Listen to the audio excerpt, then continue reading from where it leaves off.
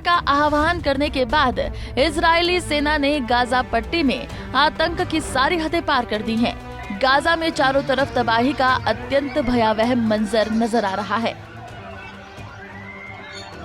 Israeli PM Benjamin Netanyahu की कसम ने गाजा में अब तक 7,326 फिलिस्तीनियों को मौत के घाट उतार दिया है, जबकि हमास के हमले में इजराइल में 1400 से अधिक लोग मारे गए थे।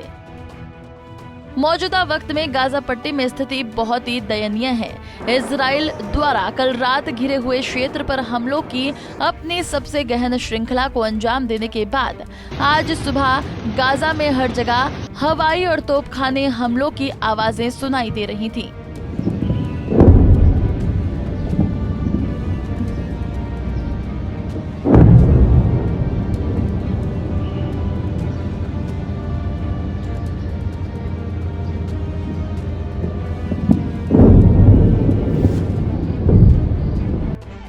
मलबे के ढेर से मासूम बच्चों के शवों को निकाला जा रहा है। गाजा में वो बच्चे भी युद्ध का शिकार हो रहे हैं जिनका इस युद्ध से कोई सरोकार नहीं है। युद्ध की तस्वीर बिल्कुल उलट गई है।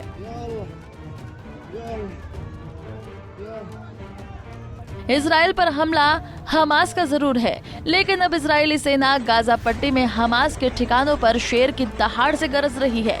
अब हमास अपनी जान बचाता फिर रहा है। गाजा में घोर मानवीय संकट उत्पन्न हो गया है।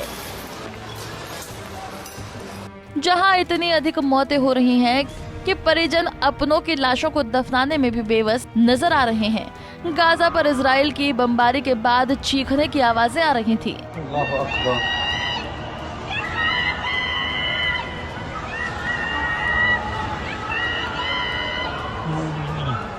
इजराइल द्वारा इंटरनेट और संचार तक पहुंच बंद करने के बाद गाजा में स्पीकर के माध्यम से मस्जिदें ही संचार का एकमात्र साधन बची हैं।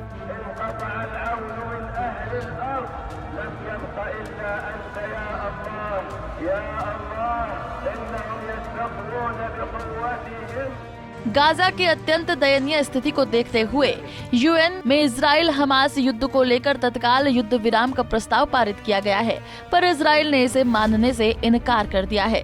इजरायली विदेश मंत्रालय के प्रवक्ता लियोर हयात ने कहा कि इजराइल संयुक्त राष्ट्र महासभा के युद्ध विराम के आह्वान को खारिज करता है और हमास को नष्ट करने का इरादा रखता है। संयुक्त राष्ट्र में युद्ध विराम के पक्ष में 120 देशों ने मतदान किया, जबकि 14 देशों ने युद्ध विराम के खिलाफ वोट किया है। 45 देशों ने चुप्पी साधी और अब्सेंट रहे। सबसे ज्यादा अचंभित करने वाली बात यह है कि इजराइल और संयुक्त राज्य अमेरिका ने युद्ध विराम के खिलाफ वोट किया। आलोचकों ने माना कि संयुक्त राज्य अमेरिका का युद्ध विराम के खिलाफ वोट करना कहीं न कहीं ये साबित करता है कि फिलिस्तीनियों के नरसंहार में उनका भी हाथ है। यूएन में इजराइल हमास युद्ध पर भारत का रुख सख्त और एकदम स्पष्ट है। भारत ने खुले तौर पर हमास के लड़ाकों को आतंकवादी स्वीकारा है और कहा है कि हमास के नरसंहार का कोई औचित्य नहीं है। हालांकि भारत युद्ध विराम के प्रस्ताव की मीटिंग में अब्सेंट रहा है। भारत ने भी हमास की तुलना आईएसआईएस से की है, लेकिन भारत परिभाषित सीमाओं के भीतर इजराइल और फिलिस्तीन के शांतिपूर्ण सह अस्तित्व की वकालत भी कर रहा है। गाजा पट्टी के लिए पूर्वाग्रह सेट है।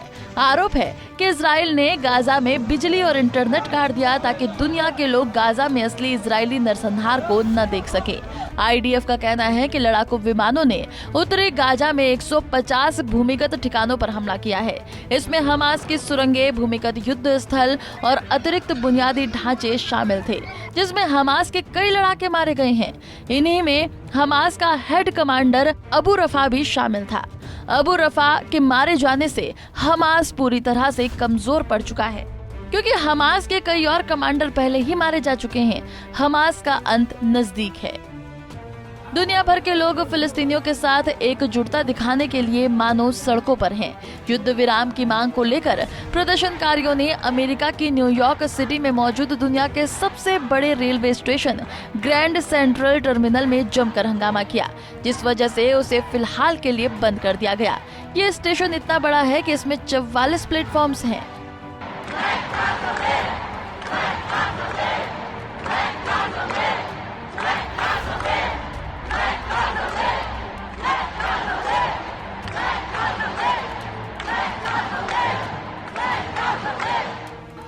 दूसरी तरफ न्यूयॉर्क पुलिस ने गाजा पर इजराइल के क्रूर आक्रमण के खिलाफ प्रदर्शन कर रहे सैकड़ों यहूदी अमेरिकियों को गिरफ्तार किया। दक्षिण कोरिया के सियोल में फिलिस्तीन समर्थकों ने रैली निकाली है। इंडोनेशिया के जकार्ता में हजारों लोगों ने गाजा पर इजराइल के हमले की निंदा की है।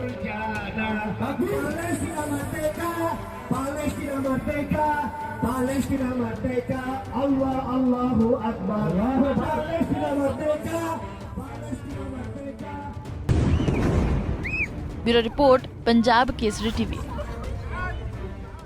हमसे जुड़े रहने के लिए हमारे YouTube चैनल को सब्सक्राइब करें और नई वीडियो की नोटिफिकेशन के लिए बेल आइकॉन को दबाएं।